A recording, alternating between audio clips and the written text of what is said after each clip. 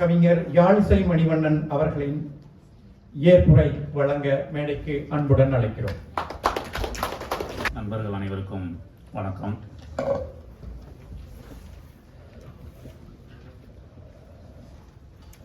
நிறைவான ஒரு நிகழ்வில் உங்களை சந்திப்பதில் பெரிய மகிழ்ச்சி. அநேக நண்பர்கள் இங்கே பார்க்க முடியுது. மிகவும் ஒரு நெகிழ்வான தருணத்தில் உங்கள் முன்னால் நிற்கிறேன். சில நேரம் நெகிழ்வு என்பது திடத்தை குலைப்பது. என் பேச்சு அல்லது ஏதாவது விடுபட்டலாம். என்னுடைய திடம் குலைக்கப்பட்ட ஒரு இடத்தில் உங்கள் முன்னால் நிற்கிறேன். நான் ஏதாவது உளரத்தான் செய்வேன். கொஞ்சம் பொறுத்து கொள்ளணும். இதில் பெயர்கள் கூட விடுபடலாம், நன்றி விடுபடலாம். அதையெல்லாம் கொஞ்சம் சகித்து கொண்டு அப்புறமாக நீங்கள் தனியாகவே அதுக்கு வட்டி மதமாக எனக்கு திருப்பி கொடுக்கலாம். ஆமாம், சொல்லாடும் ஒன்றில் இந்த நிகழ்வை முன்னெடுத்து ஒரு 4-5 மாதங்களாக போன வருடத்திலிருந்தே இதற்கான வேலைகள் ஆரம்பமாகிவிட்டன.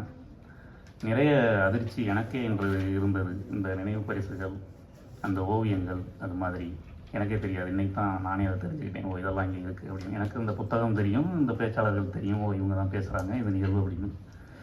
மற்றதெல்லாம் எனக்குமே அது ஒரு பெரிய ஆச்சரியமாக இருந்தது, மகிழ்ச்சியாக இருந்தது. அந்த மகிழ்ச்சியிலிருந்து, அந்த ஆச்சரியத்திலிருந்து என்னால் மீண்டு வரவிட இன்னும் முடியவில்லை என்பதுதான் உண்மை.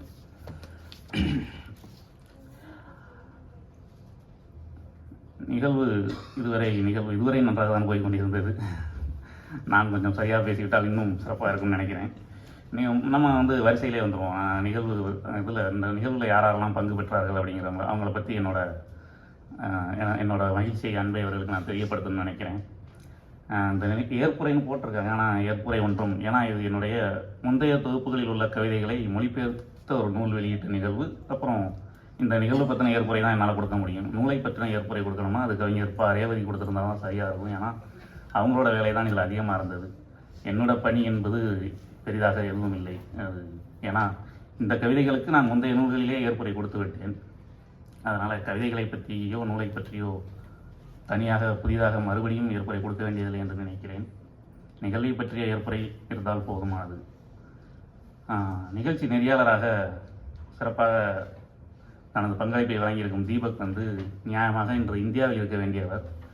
தனது அலுவலக மேலதிகாரியோடு வம்பு வளர்த்து கொண்டு இந்த நிகழ்ச்சி எனக்காக நடத்தி கொடுப்பதற்காக இங்கே நம்மோடு இருக்கிறார். அதெல்லாம் எத்தனை பேருக்கு கிடைக்கும் என்று தெரியாத ஒரு அன்புதான். அவரை நட்பார்ந்த ரீதியில் அவரை கட்டி அணைத்துக் கொள்கிறேன். அப்புறம் அலர் பதிப்பகம் இந்த தொகுப்பு ஆரம்பிக்க பேச்சு வந்தபோது அலர் பதிப்பகம் நாங்கள் ரொம்ப இதற்கு அதிகமான அமர்வுகள், எழுதின கவிதைக்கே அமர்வுகள், புதுசாக எழுதினா கூட பரவாயில்ல, மொழிபெயர்ப்புக்கு உட்காந்து பேசி இதை இப்படி வரணும், இங்கே இது வரணும், பின்னட்டை முன்னட்டை, அட்டையே கடைசி 10 நாட்களில் மாற்றப்பட்ட ஒரு அட்டை தான் இப்போ நமக்கு முன்னாடி இருக்குது. இதற்கு முன்னாடி நம்ம வேறு அட்டை பிளான் பண்ணியிருந்தோம். அப்படி நிறைய அதில் வேலை பார்த்துருக்கோம். அதில் அலர் பதிப்பகம் அப்படின்னு சொல்லிட்டாலே அதில் நாங்கள் நண்பர்கள் தான் எப்பவும் இருக்கிற அதே செந்தில்குமார், வினோத், மதிக்குமார், நான் உட்பட கடற்கரை சந்திப்புகளில் எங்களோடு கலந்து கொள்கிற வெற்றிச்செல்வன், அழகராஜன், மாரிமுத்து உட்பட பிரகாஷ் உட்பட பல நண்பர்கள் பல்வேறு தளங்களில் இதை பேசிதான் இந்த இடத்துக்கு கொண்டாந்து இந்த நூலை கண்டடைந்திருக்கிறோம். அந்த நூலின் இவர்களெல்லாம் தனி. அந்த நூலின் மொழிபெயர்ப்பில் நினைத்த நேரத்திலெல்லாம் கருத்துக்களை கேட்டாலும் தயங்காமல் பதில் சொல்லி பொறுமையாக கையாண்டு வெறும் 50+ கவிதைகள் தான். அந்த குறைந்த எண்ணிக்கையுடைய கவிதைகளுக்கே அவர்களிடம் நாங்கள் நிறைய வேலை வாங்கி கொண்டோம். அந்த வகையில் எழுத்தாளர் ரேவதி அவர்களுக்கு நான் நன்றி கடன் பட்டவனாகவே இருக்கிறேன். உண்மையில் அவர் எனக்காகத்தான் இதை செய்தார். இந்த 5 பேச்சாளர்களை பற்றியுமே சொல்லணும் அப்படின்னா, இவர்கள் படைப்பை தாண்டி, எழுத்தை தாண்டி, இலக்கியத்தை தாண்டி என்னுடைய வளர்ச்சியில், என்னுடைய தனி வளர்ச்சியில், தனி வாழ்வியல் வளர்ச்சியில் கூட மிகவும் அக்கறை கொண்டவர்களாகத்தான் நான் இந்த இவரை பார்க்கிறேன். அப்படியாக எனக்கு நிறைய பேர் இருக்கிறார்கள், இந்த கூட்டத்தில் இருக்கிறார்கள், இந்த கூட்டத்தில் இல்லாமலும் இருக்கிறார்கள். ஆனால் இவர்கள் 5 பேரும் அந்த இடத்தில் தான் அவர்களையும் நான் பார்க்கிறேன். குறிப்பாக இப்போது நம்ம இப்போ பழகுறோம் ஒருத்தரோட அப்படின்னா நம்ம என்ன பண்ணுவோம்? இப்போ நான் என்னையை வச்சு பார்த்துக்கிறேன். நான் பழகினேன்னா ஒரு வணக்கம் அப்படி போகிற இடத்துல கை உழுக்கிறது, தேநீர் அருந்துவது, இதோடு நான் வந்து என்னோடய பழக்கவழக்கத்தை நிறுத்திக்குவேன். எனக்கு அதிகமான பழக்கவழக்கங்கள் அதனால் கிடையாது. ஆனால் அவர்கள் அப்படி இல்லை. எனக்கு வாய்த்த நண்பர்கள் அப்படி இல்லை. என்னுடைய வளர்ச்சியில் நீ அடுத்து என்ன எழுத போகிறோம், எழுதுனதில் என்ன குறை இருக்கிறது, அல்லது சொந்த வாழ்க்கையில் குடும்பம் எப்படி இருக்கிறது, என்னோட பொருளாதார வளர்ச்சி எப்படி இருக்கிறது உட்பட, என்னுடைய உடல்நலன் உட்பட எல்லா வகையிலும் எல்லாருக்கும் பங்கு இருப்பதாகத்தான் நான் பார்க்கிறேன். ஒவ்வொருவரும் கவிஞர் பிரபாதேவியை சொல்லலாம். அவங்க பிரகாஷ் அப்படி தான். பிரகாஷ் என்ன பண்ணுவார்னா, ஊருக்கு போகிறப்பெல்லாம் அவர் சொந்த ஜாமான்லாம் கூட எடுக்க மாட்டார். புத்தகங்களை அள்ளிக்கிட்டு வந்து நண்பர்களுக்கு கொடுத்து மகிழ்வார். அந்த மாதிரி பிரபாதேவி வித்தியாசமானது. அவங்க எப்படின்னா, அவங்க இயல்பில் ஒரு மருந்து ஆளுநர். அவங்க போகிறப்பெல்லாம் யாராருக்கு மூட்டு வலி கை வலின்னு மாத்திரையெல்லாம் எடுத்தாந்து கொடுத்து நம்மளை சுகப்படுத்துவார்கள். அந்த மாதிரி நமக்குள்ள கஷ்டம்லாம் வந்து ஏதாவது ஒரு பிரச்சனை நமக்குன்னா அவங்க ஒரு மருத்துவம் சொல்லுவாங்க. அந்த மருத்துவம் பயனுள்ளதாக இருக்கும். அப்படியாக பயனடைந்தவர்களில் நானும் ஒருவன். இங்கே நிறைய பேர் அப்படி இருக்கிறாங்கன்னு நான் நினைக்கிறேன். அவங்களோட நட்போட்டத்தில் உள்ள எல்லாருக்கும் ஆமாம் கை தூக்குறாங்க. நிறைய நண்பர்கள் அப்படியாக பயனடைந்தவர்கள். அவர் வந்து அந்த எழுத்து உலகத்தையெல்லாம் தாண்டி தனி மனித அக்கறையில் ரொம்ப முக்கியத்துவம் கொடுக்குறாங்க மற்றவங்களுக்கு. அப்படி தான் ரேவதியும் அதை சொன்ன மாதிரி அவங்களோட வேலை பளு, வேலை சம்மந்தப்பட்டது, குடும்பம் இதெல்லாம் விட்டு குறிப்பிட்ட ஒரு குறுகிய காலத்துக்குள் இந்த மொழிபெயர்ப்புக்கு எங்களுக்கு ரொம்ப உதவியாக இருந்தாங்க. அது எனக்காக மட்டும்தான் செய்தார்கள் என்பதை நான் அடித்து சொல்ல முடியும். அதனால் நாங்கள் கொடுத்த நேரத்தை விட முன்பாகவே அதை முடித்தும் கொடுத்தார்கள். அது ரொம்ப பாராட்டுக்குரியது, வரவேற்கக்கூடியது. அதனால் எதையும் நாங்கள் பேசிக்கொண்டு கொள்வதில்லை. எதையும் நாங்கள் வந்து எழுத்துப்பூர்வமாக அங்கீகரிக்கப்பட்ட வரியாக நாங்கள் வந்து ஆவணப்படுத்திக் கொள்வதில்லை. ஆனால் உள்ளுணர்வுகளுக்கு தெரியும், அவர் நமக்காக செய்கிறார் என்பது எனக்கு தெரியும் அப்படின்னு நான் நம்புகிறேன். அவருக்கும் தெரியும் அப்படின்னு நம்புகிறேன். கவிஞர் சுபா வந்து சமர் போர் அல்லது போட்டி என்று வந்துவிட்டால் சரிக்கு சமமாக வாழெடுத்து வீசக்கூடியவர். கவிதை போட்டின்னு வந்துட்டா இதெல்லாம் வேற அப்படின்னு அடிச்சாடக்கூடிய ஒரு தைரியமான, எங்களோட பயங்கரமாக போட்டியிடக்கூடிய ஒரு 12 வருடங்களுக்கு மேலாக அவர் எங்களோட போட்டியில் இருக்கக்கூடியவர். அவ்வப்போது அவரிடம் வந்து நாங்கள் கற்றும் கொண்டிருக்கிறோம் என்று நான் உறுதியாக சொல்ல முடியும். அவர் என்று பேசியதெல்லாம் வந்து கொஞ்சம் தம்பி நல்லா இருக்கட்டும் அப்படின்னு நினச்சி பேசியிருப்பாங்க. உண்மையில் அவர் என்னையோட எல்லா வகையிலும் சிறந்த கவிஞராகத்தான் நான் எப்போதும் பார்க்கிறேன்.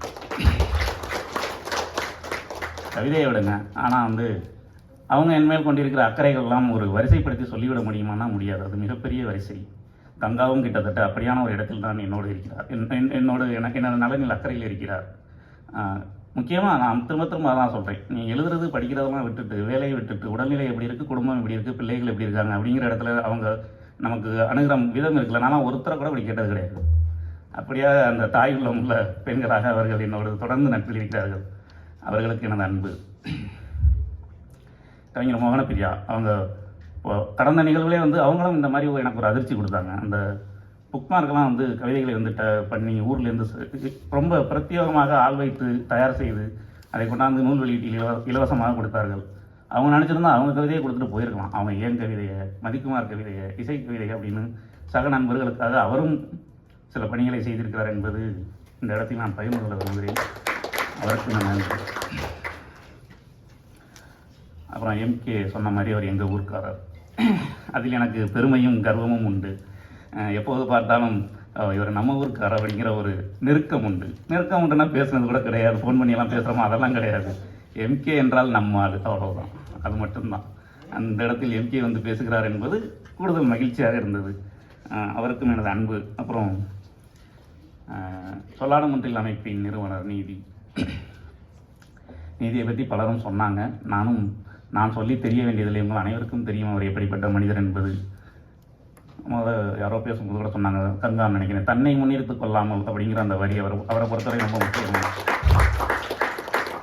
நான் எழுதுறேன்னா இப்போ என் பேரை போட்டுக்குவேன், நான் வந்து அதை இன்ஸ்டாவில் போடுவேன், இதில் போடுவேன், என்னமோ பண்ணுவேன், அது அப்படியே தான் இருப்பேன் நான். அவர் அப்படி கிடையாது. அவர் அந்த நேரத்தில் ஒரு கவிதை எழுதலாம், அந்த நேரத்தில் ஒரு அமைப்புக்கு வேறு எங்கேயோ அவர் தன் புகழை தேடிக்கொள்ளலாம். ஆனால் அப்படி இல்லாமல், குறிப்பாக இன்னும் தீபக் சொன்ன மாதிரி அவர் சிறார்கள் பற்றிய, ஏன்னா நானும் இலக்கியத்தை பொறுத்தவரை நான் நினைப்பது உண்டு, குறிப்பாக சிங்கப்பூரில் அது ரொம்ப அவசியம் நினைக்கிறேன்.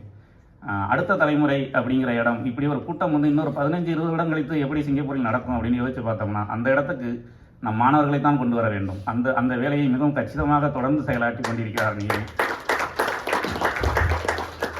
அதற்காகவே அவருக்கு தனியாக நம்ம பாராட்டலாம். அவருக்கு வேற எந்த பாராட்டும் தனித்தனியாக சொல்ல வேண்டியது அவர் நிறைய இருக்குது. அவருக்கு வரிசைப்படுத்த வேண்டும்னால் அதுவும் நிறைய இருக்குது.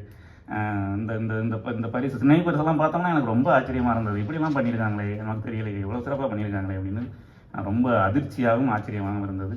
அவரை பற்றி நான் வரிசைப்படுத்தி சொல்வதென்றால் இன்னும் நேரம் பத்தாது. நிறைய சொல்லி நான் அவரிடம் வந்து என்னுடைய அன்பை நன்றியை தெரிவிக்க தான் வேண்டும். அப்புறம் வந்து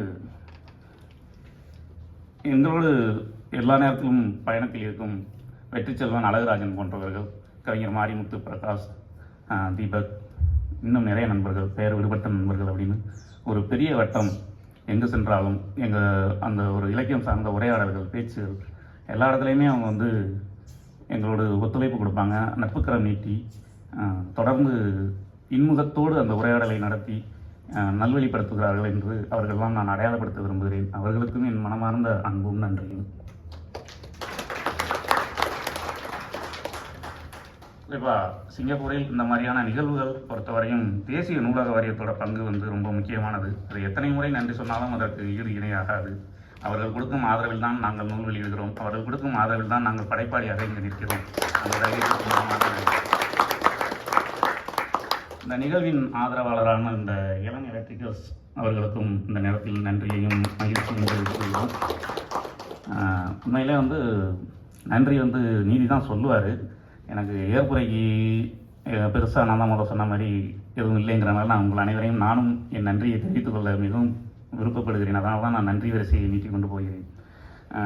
இந்த நிகழ்வு அப்படி ஒன்று நடக்குது அப்படின்னு தெரிஞ்ச ஆரம்ப காலகட்டத்திலிருந்து தொடர்ந்து சுவரொட்டிகளை முகநூல் பக்கத்தில் பகிர்ந்து கொண்டிருந்த, திடீர்னு பார்த்தா நம்மளை டேக் பண்ணி ஒரு பதிவு வரும், போய் பார்த்தோம்னா நம்ம கவிதை இருக்கும், ஒருத்தர் நம்ம இமேஜ் இருக்கும், அப்புறம் எல்லாம் இருக்கும். நமக்கே அது அப்போ தான் தெரியும். தமிழ் ஐயப்பன் அவர் நீதியோட இதில் செஞ்சிருப்பாருன்னு நினைக்கிறேன். அதெல்லாம் ஒரு பெரிய ஆச்சரியமான விஷயங்கள். இன்னொருத்தருக்காக ஒருத்தர் இயங்குவது, இதை வந்து பாலுமணிமாறன் அடிக்கடி சொல்லுவார். எங்களுடைய ஆசிரியராக இருக்கிற பாலுமணிமாறன், தங்கமீன் பாலுமணிமாறன் சொல்லுவார், சக எழுத்தாளரின் முன்னேற்றத்தில் நீங்கள் எந்த அளவுக்கு உங்களுடைய அக்கறையை காட்டுறீங்களோ அதுதான் உங்களை படைப்பாளியான தகுதி அப்படின்னு சொல்லுவார். அந்த தகுதியை எங்களுக்கெல்லாம் பாடம் எடுத்து கொண்டிருக்கும் நிறைய நண்பர்களை நான் இங்கே பார்க்கிறேன். இன்று கலந்து கொண்ட அத்தனை பேரும் அந்த தகுதிக்கு உட்பட்டவர்கள். அந்த மாதிரியான ஒரு நல்லெண்ணம் கொண்ட தமிழ் ஐயப்பன் அவர்களுக்கு நன்றி. இந்த ஓவியம் இருக்குல்ல, இதுவுமே எனக்கு பெரிய ஆச்சரியம். இங்கே வந்த பிறகு தான் என்னமோ பண்ணிக்கிட்டு இருந்தாங்க ஸ்டாண்டெல்லாம். என்ன இது அப்படின்னு கேட்டேன். இல்லை, ஒரு 4 ஓவியம் பண்ணியிருக்கோம். சரி, ஓவியம்னோடனே அவங்க சொந்த ஓவியம்னு தான் விட்டுட்டேன். அப்புறம் தான் பார்த்தா தெரியுது அது என் கவிதை தொடர்ந்த சித்திரங்கள், கவிதை மொழிபெயர்ப்பு கவிதை எனக்கு இருக்குது அந்த 4க்கும் அப்படின்னு. இது வந்து இங்கே வந்து தான் எனக்கு தெரியுது. அந்த ஓவியத்தில் இருக்கிற கதவு இலக்க எண் கூட என்னுடைய வீட்டு இலக்க எண் போட்டிருக்காங்க அப்படிங்கிறது எவ்வளோ பெருமைக்குரிய ஒரு விஷயம். கவிஞர் பிரியா ஜெயக்குமார் அவர்களுக்கும் மீரா அவர்களுக்கும் எனது மனமார்ந்த அன்பும் நன்றியும். நம்ம குரல் ஜானகி வந்து அவங்களையும் நாங்கள் முன்னாடியே என்ன நிகழ்ச்சி என்ன நேரம் எதுவுமே தெரியாது, நீங்கள் எங்களுக்கு பாடணும் அப்படின்னு ஒப்பந்தம் பண்ணிட்டோம். அதனால் நாங்கள் பாடுறோம்னு அவங்களும் சொல்லிட்டாங்க. அதற்கப்புறம் தான் அவங்களுக்கு நேரம் இடம் என்ன பாடலுங்கிறதெல்லாம் கடைசியாக தான் கொடுத்தோம். அவங்க சிறப்பான முறையில் பயிற்சி பண்ணிட்டு வந்து நல்ல முறையில் எங்களுக்கு எல்லாருக்கும் சொல்லியிருக்கேன்னு நினைக்கிறேன். நிறைய ஏதாவது விடுபட்டிருந்தால் என்னை பொறுத்து கொள்ளுங்கள். நன்றி.